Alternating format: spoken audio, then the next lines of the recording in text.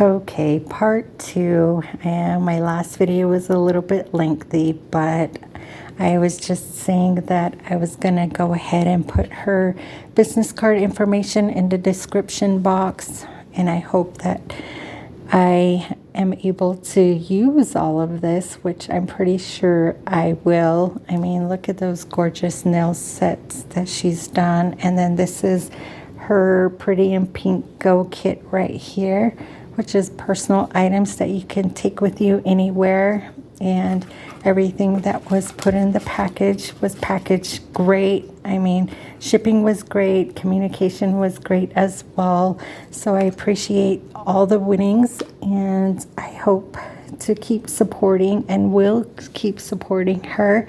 So if you guys have any questions, or if you've ordered from her before, let me know. And let me know how you've liked it, how you liked your custom nail sets, like these ones here. So if you have any questions about any of these, just let me know, and I could possibly answer some of those questions for you too. Again, thank you guys for watching my video, my unboxing video. And if you haven't seen my part 1 to this, I'm sorry, it comes in 2 parts. And in my videos, I don't edit. I